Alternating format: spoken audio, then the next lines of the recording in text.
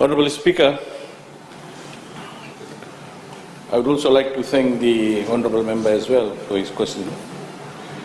Honourable Speaker, just in terms of background in regards to these two programs, the history of both the New Zealand Recognised Seasonal Employer and the Australian Seasonal Workers Program began when both governments signed the MOU with Fiji first government. Honourable Speaker, the first batch of Fijians was deployed to New Zealand in February 2015 and to Australia in April 2015. For New Zealand, Honourable Speaker, the programs have seen an increase in the number of Fijians deployed for seasonal work and likewise an increase in the number of employers. To date, Honourable Speaker, 946 Fijians have worked under these programs. Honourable Speaker, the breakdown for the New Zealand program are as follows.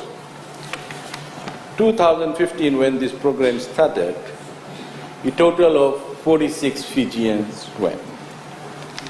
In 2016, 228 workers went. In 2017, 284. And in 2018, 386. As of 31st January 29, Honourable Speaker, only 2 has gone, but interview is going on in Labuka right now. Honourable Speaker, the Seasonal Workers Program for Australia. For Australia, the programs have seen an increase in the number of Fijians deployed for seasonal work and likewise an increase in the number of employers.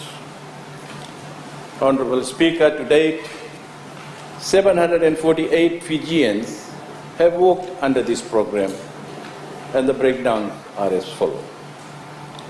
In 2015, 137 workers went. 2016, 85. 2017, 214. 2018, 297. And as of 31st January 2019, 15.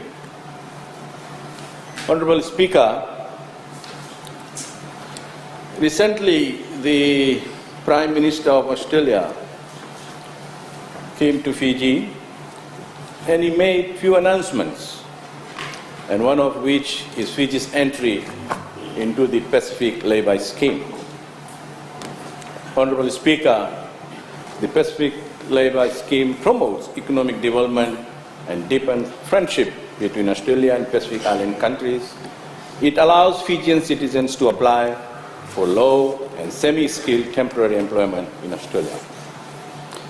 Honourable Speaker, before I take my seat, some success stories.